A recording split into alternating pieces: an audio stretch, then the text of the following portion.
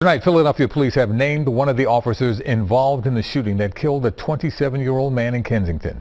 This comes after police revealed new information, changing the narrative of what happened Monday afternoon. Changing the narrative?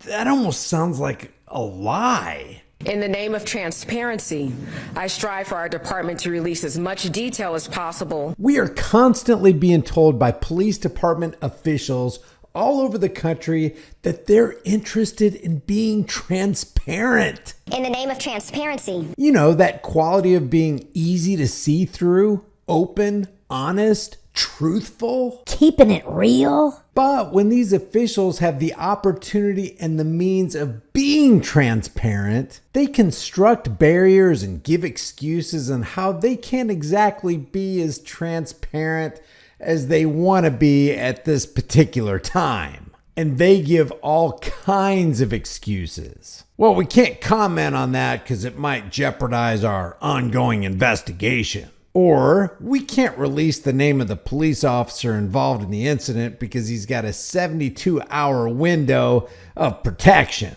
Or we're trying to protect the families from any kind of potential retaliation. But we all know they use these excuses to stall so they can have more time to get their lie right. Well, it should come as no shock to you that the Philadelphia Police Department employed all these tactics at a recent press conference. Here, Philadelphia Police Commissioner Danielle Outlaw, we should just call her Danielle above the law, acknowledged a discrepancy in the initial report of a deadly officer-involved shooting in Kensington.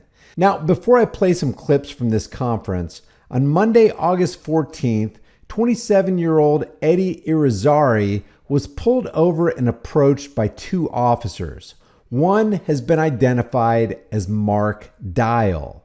Not long into the stop, Officer Dial It Up to 11 ended Eddie's time here on Earth.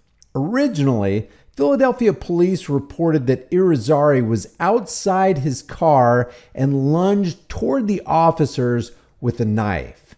But that narrative soon changed.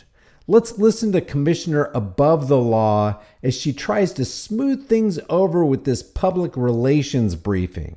And then we'll be making some vital comments along the way. Unfortunately, the audio is only right ear. To start, I want to acknowledge that during the press briefing that took place on scene on August 14th, 2023, we reported that the preliminary information indicated that the driver was outside of the vehicle at the time of the shooting. At this time, the evidence clearly indicates that the male was not outside of the vehicle and was seated inside of the vehicle at the time of the discharge. I understand and want to acknowledge the hurt and confusion that family and community members can experience when details of investigations change, and especially when they change in the very public way that this has occurred. So a couple logical questions here. Do people understand that the initial report was a complete fabrication based on nothing? And number two, who is responsible for conveying that initial report? And number three, who is responsible for believing the initial report without evidence and then reporting on it anyway? In the name of transparency, I strive for our department to release as much detail as possible when we can do so without damaging the integrity of the investigation. So what's she actually saying here? Just like officer safety trumps individual rights, protecting the integrity of an investigation trumps transparency. That is why we preface all of our releases by stating that information is preliminary and subject to change. At the time we gave that information, that was the best information that we had available. So it's absolute fiction, a complete lie. That's what Ms. Outlaw calls the best information they had available. An investigation that is concurrently being handled by the district attorney's office. I will now provide updates about the status of the investigation, and we'll take questions at the end, and we'll do our best to provide answers if we have them. However, I need to make very clear that I'm unable to answer any questions as to the specifics of the evidence outside of what I will now divulge. Translation, we're only going to be transparent when we want and only on certain things. But I'm not straying from my predetermined script I got written down right here in front of me. So if you're looking for real answers, well, you ain't going to get them. But we're super transparent. And we always strive to clarify and update that information as quickly and accurately as possible. That's what we're doing here today. I also understand that the information I'm about to provide will raise additional questions, but allow me to again reiterate that it is our duty to protect the integrity of the investigation. Also, as I go over the details of the incident, I will be referring to one of the officers by number, Officer Number 1. And a second officer as Officer A. We use numbers to denote discharging officers and letters to denote officers who were at the scene during officer-involved shootings. So on Monday, August 14th, at approximately 12:28 p.m., District Officer Number 1 and his partner, Officer A, were in full uniform and operating a marked police car in the area of B Street near Westmoreland when they observed a Toyota Corolla with the Pennsylvania tag driving erratically. Officer A went over police radio and asked if there were any priority assignments involving a Toyota sedan. The officers followed the vehicle as it turned on Westmoreland, then left onto Lee Street, and finally onto Willard Street. At that point, the vehicle continued along 100 East Willard Street, a single-lane, one-way street, westbound the wrong way. The vehicle pulled into a parking spot mid-block, at which point both officers got out of their marked radio patrol car. Officer A, who was the driver of the police vehicle, approached the passenger side of the Toyota Corolla. Officer Number 1, the passenger of the police car, approached the driver's side door. Officer A attempted to open the passenger side door, and as he did so, Officer Number 1 was approaching the driver's side door. Sorry, I'm still not sure. Gotta admit, that was pretty funny. I'm still not sure. Officer A alerted Officer Number 1 that the male had a weapon. As the male turned towards Officer Number 1, Officer Number 1 discharged his firearm multiple times into the vehicle, fatally wounding the driver, sole occupant of the vehicle. The occupant, or operator, was transported to the Temple Hospital by police, where he was pronounced at 12:48 p.m. 2 knives were observed inside of the vehicle, and then the vehicle was towed to the police garage pending a search warrant. 2 knives out in the open in a private automobile. That's what cost this man his life.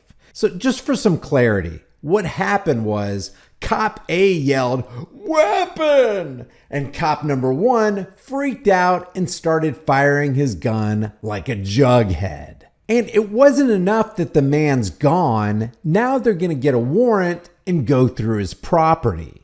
Both officers' body-worn cameras were activated and captured the incident. As we do in all of our officer-involved shootings, our officer-involved shooting unit immediately began a thorough investigation.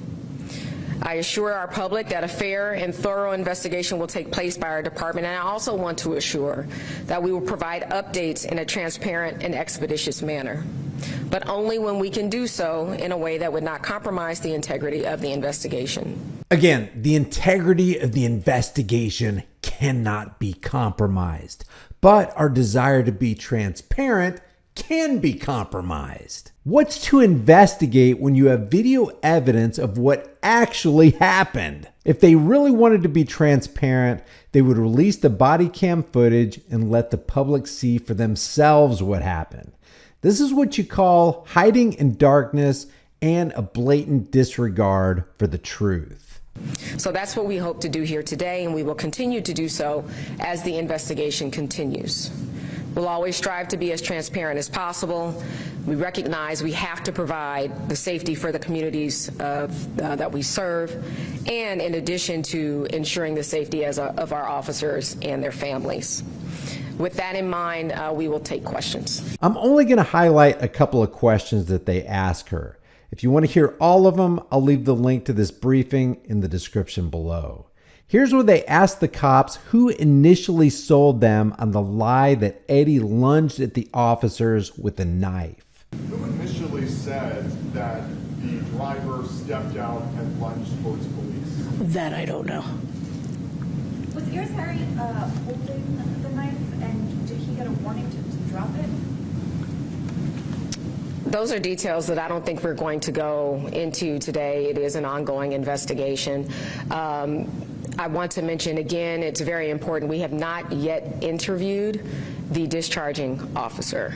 So we do not have the account of the discharging officer yet. That's just a flat out lie. They have a perfect account of the discharging officer. It's called a body cam. At this point, it doesn't matter what the cop says. Cameras don't lie. Cops do. Now they're asked again who the heck lied about the incident. We do know that there's footage out there, but again, I don't want to say anything or confirm anything or speculate on anything that could potentially jeopardize what we're reviewing. And Commissioner, if the discharging officer has not been interviewed and we don't know where that information came from, I mean, that's just a very drastic detail that, you know, looking at video, you can clearly come up with an answer. So I guess everyone's just wondering, where did that initial information come from, or what led to it being shared so publicly? Yeah, and I share your sentiment. I think we all do. And quite frankly, before all of us even responded to the scene, that was the information that was relayed to us. So we're trying to backtrack that as well to figure out exactly how that was relayed to leadership on the scene. But again, as soon as we found out that that was not what occurred, we did what we could to be as transparent as possible to get the information out there. You mean to tell me that nobody in the entire police department knows the origin of the initial lie? She claims that she's trying to be as transparent as possible while she's standing there majoring in obscurity, ambiguity, and secrecy. So why won't they release the body cam footage so we can see for ourselves exactly what happened? Be sure to leave your comments about this for the world and the global thought police in the comment section below. It really helps me overcome the censorship algorithms. If you like this video, maybe you'll like some of my others. Stick around and watch my most popular playlist. Maybe do a little binge watching if you want to. If you haven't done so already, subscribe to this channel, hit the bell notification icon, give it a thumbs up, share it with everybody you know. Don't forget to subscribe to my email list through my website, highimpactflix.com. That's highimpactflix.com. If you want to support the channel further, the links are in the description. Become a channel member. Grab a hard-hitting conversation-starting design. You can give them the store. You can put it on a shirt, hoodie, mug, cell phone case, hat, pillowcase, whatever you want. Before you leave, remember this. The price of freedom is now and will always be eternal vigilance. And indifference to this notion is the means by which the people have and will secure their own oppression. Let's stop securing our own oppression and let's start today. I'll see you in the next video.